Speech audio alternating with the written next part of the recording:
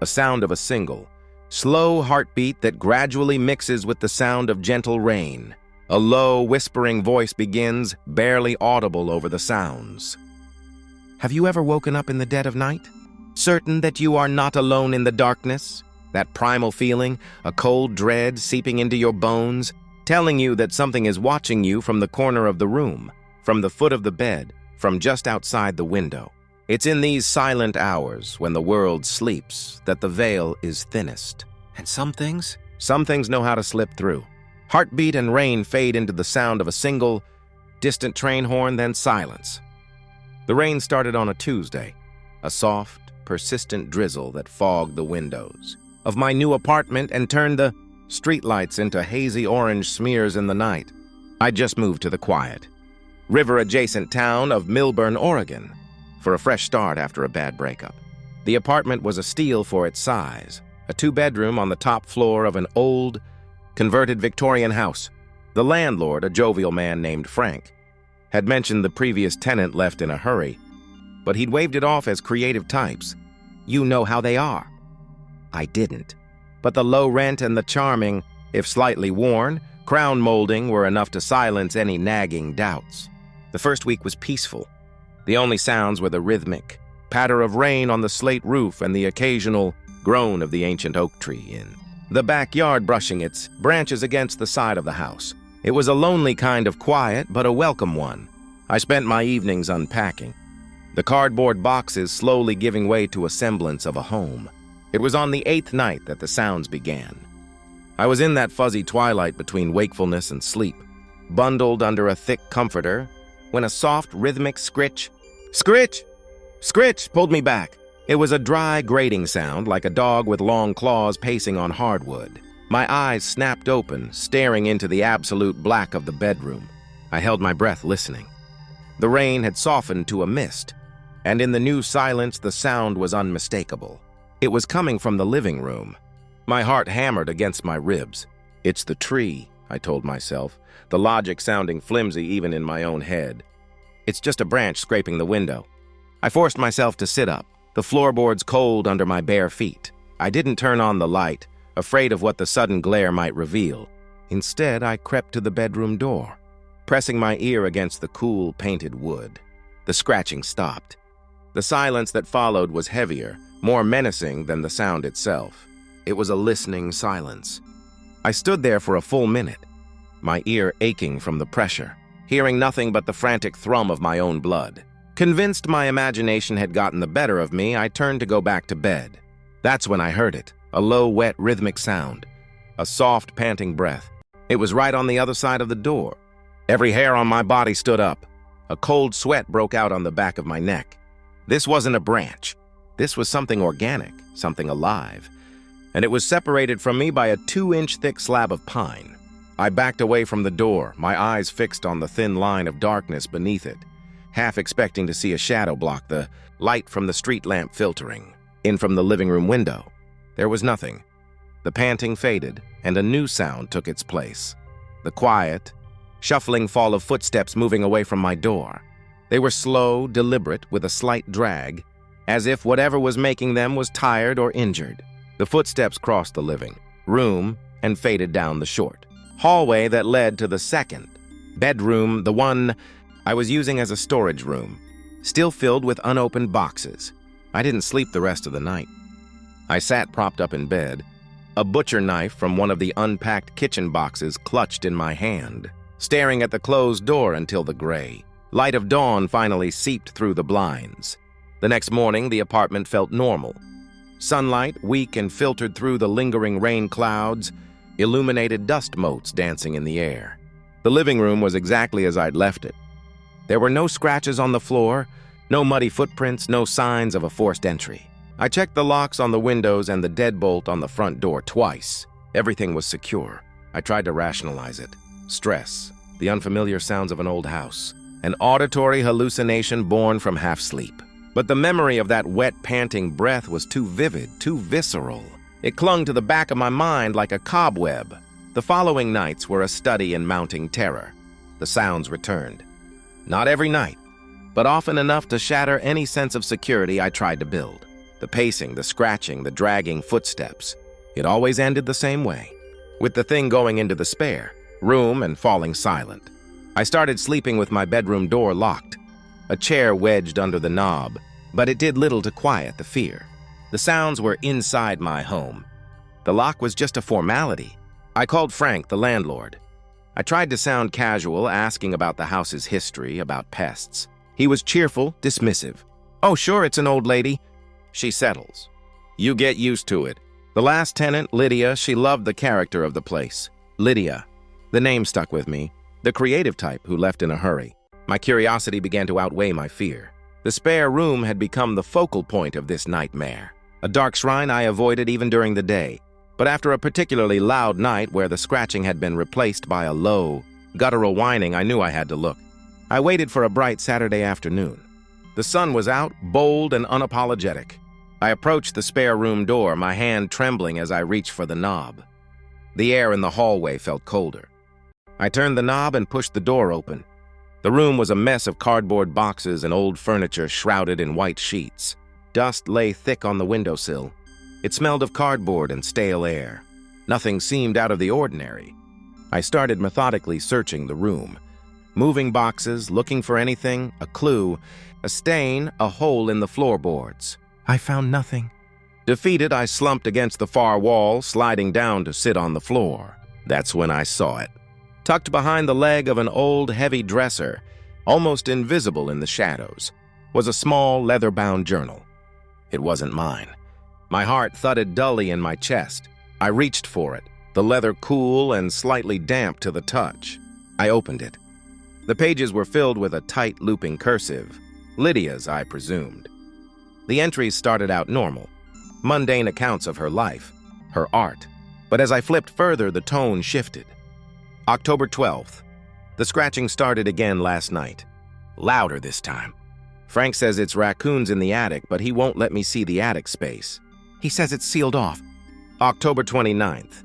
I hear it breathing outside my door. It sounds sad. I've started calling it the sad thing. It doesn't feel malicious. It feels lost. November 15th. I saw it. Just for a second.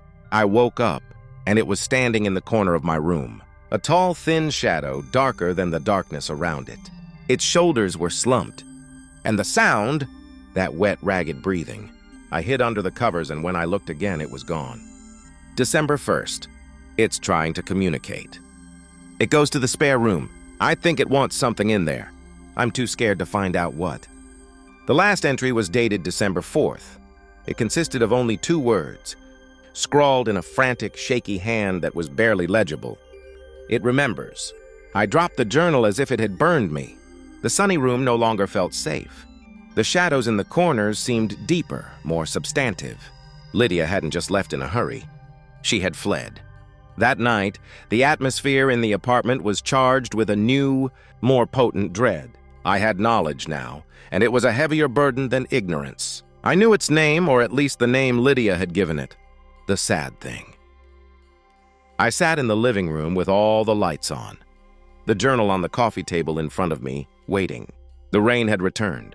A steady drumming on the roof. Just after 2 a.m., the scratching began. But it was different this time. It wasn't coming from the living room floor. It was coming from the ceiling, directly above the spare room, the attic. Frank had told Lydia it was sealed off, but the sound was unmistakable.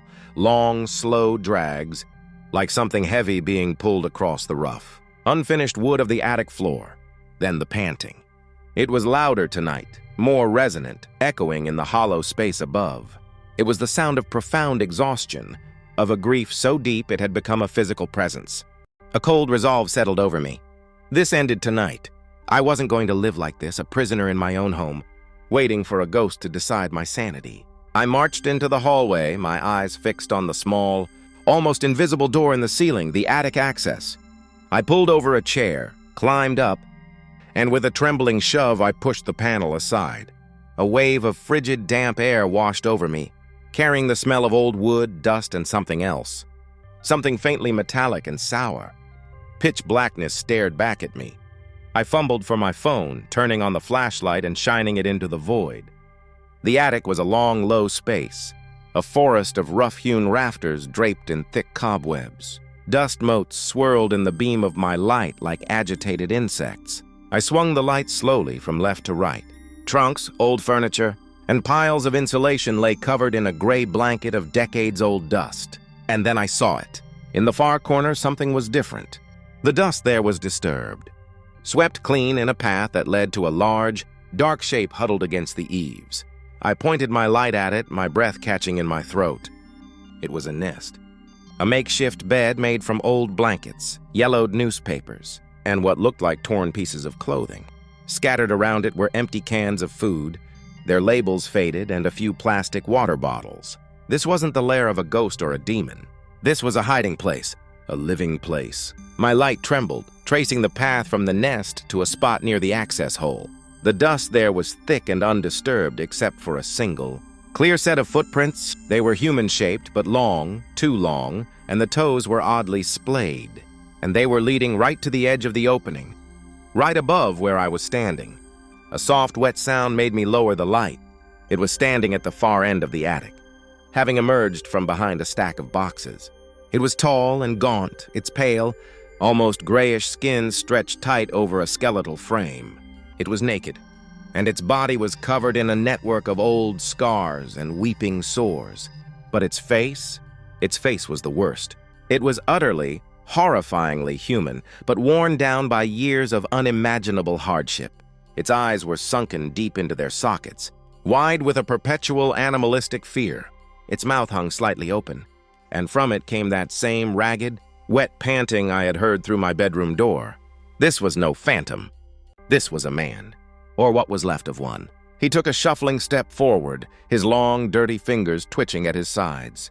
He didn't look aggressive. He looked terrified and desperately, profoundly sad, just as Lydia had written. "Who are you?" I whispered, the sound swallowed by the vast, dusty space. He stopped, his head tilting. He made a low, guttural noise in the back of his throat. It wasn't a word. It was a sound of pure, unadulterated misery. My mind raced, pieces of a terrible puzzle clicking into place. The sealed attic. The previous tenant fleeing. Frank's dismissive cheerfulness. This man hadn't broken in. He had never left.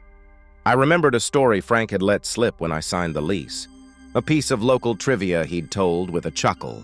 His grandfather had built this house. His uncle, a troubled man named Elias, had lived here too.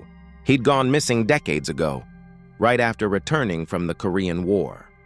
The family assumed he'd just run off, unable to handle civilian life. They'd never reported him missing. Too much shame, Frank had said. Just swept it under the rug. They hadn't swept him under the rug. They had sealed him in the attic. This broken, forgotten man had been living in the walls of his own family's home for over half a century, surviving on scraps, listening to the lives of strangers unfold below him. The pacing, the scratching, the breathing. It was the sound of a lonely, traumatized soul, trapped in a perpetual dead of night. The shock must have been plain on my face. The man, Elias, saw it. His fearful expression shifted into one of something else. A dawning, heartbreaking recognition. For the first time in 50 years, someone was seeing him. Not a monster, not a ghost, a man. He took another step towards me, his hand lifting slightly as if in a plea. And that's when the front door downstairs slammed open. "Hello, anyone home?" Frank's voice, loud and booming, echoed up from the living room. Saw the light in the attic from outside. "Everything all right up there?" Elias's face contorted in pure, primal terror. He let out a choked whimper and scrambled back into the darkness, disappearing behind the stacks of boxes just as Frank's head appeared in the attic opening. "What in the hell are you doing up here?" Frank asked, his jovial mask gone, replaced by a hard, cold anger. He hauled himself up into the attic, his bulk blocking the only way out. His eyes scanned the space, lingering for a fraction of a second too long on the nest in the corner. He knew. "Frank?" I stammered, my body shaking uncontrollably. There's a man up here." He looked at me, and his expression was one of weary resignation, not surprise. "You shouldn't have come up here. It's Elias, isn't it?" I said, the words tumbling out. "Your uncle. He's been here the whole time." Frank's face darkened. He took a step toward me. "He's sick. He's not right in the head. After the war, He came back wrong. My grandfather, his own brother, said it was better this way. For the family. For the town. Out of sight, out of mind. You've been keeping him a prisoner, I cried, backing away. We've been keeping him alive. Frank snapped, his voice a low growl. What was the alternative? A scandal? An asylum? This was kinder. This was family taking care of its own. From the darkness behind Frank, I saw a pair of terrified eyes glint in the beam of my fallen phone. Elias was watching, listening. He understood every word. Frank saw the direction of my gaze and turned. Elias, he said, his voice softening into a patronizing tone that was somehow more terrifying than his anger. It's okay, Eli. Go on back to your spot. Frank's here. I'll bring you some food. Elias didn't move. He just stared at his nephew, his chest rising and falling with those wet, ragged breaths. You have to let him out, Frank, I pleaded. This is monstrous. Frank turned back to me, and in his eyes I saw the final, shocking twist of the story. It wasn't just about preserving a family secret. It was about possession. About control. This is my house, he said quietly with a chilling finality. He is my family, and he is not going anywhere. He took another step toward me, and for the first time, I was afraid not of the thing in the attic, but of the man who had put him there. My back was against the slanted roof. There was nowhere to run. A low sound started from the darkness. It wasn't a whimper or a pant. It was a growl, a deep, resonant growl of a lifetime of suppressed rage and betrayal. Frank froze, his eyes widening slightly. He turned slowly. Elias was standing fully in the open now. His posture had changed. The cowering fear was gone, replaced by a rigid, trembling tension. The sadness in his eyes had been burned away, replaced by a cold, clear fury. He wasn't the sad thing anymore. He was the wrong thing. He took a step forward, then another. His long, skeletal fingers curled into fists. Frank backed away, his bravado evaporating. Now, Elias, you calm down. You know me. But Elias didn't know him. Not anymore. He only saw his jailer. I didn't wait to see what happened next. As Frank raised his hands in a placating gesture, I scrambled for the opening, tumbling out of the attic and crashing onto the hallway floor below. I didn't look back. I ran out of the apartment into the rain-soaked night, and I never went back. The police found Frank 2 days later, after I'd told my story from a motel room 40 miles away. They found him in the attic. The official report said the cause of death was blunt force, trauma, and that the scene was consistent with a severe, prolonged struggle. They found the nest, the cans, the evidence of a long-term occupant, but they never found Elias. They assume he's out there somewhere, a feral, forgotten man lost in the vast Oregon wilderness. But I know the truth. Sometimes in the dead of night, when the rain is just right and the world is perfectly silent, I still hear it, that soft, wet, rhythmic panting. It doesn't sound sad anymore. It sounds close. It sounds like it's searching, and I lie awake in the dark of whatever new room I'm in, praying that it's just the wind and knowing, with a cold certainty that seeps into my soul, that the sad thing is no longer sad. It's free, and it remembers who locked it away.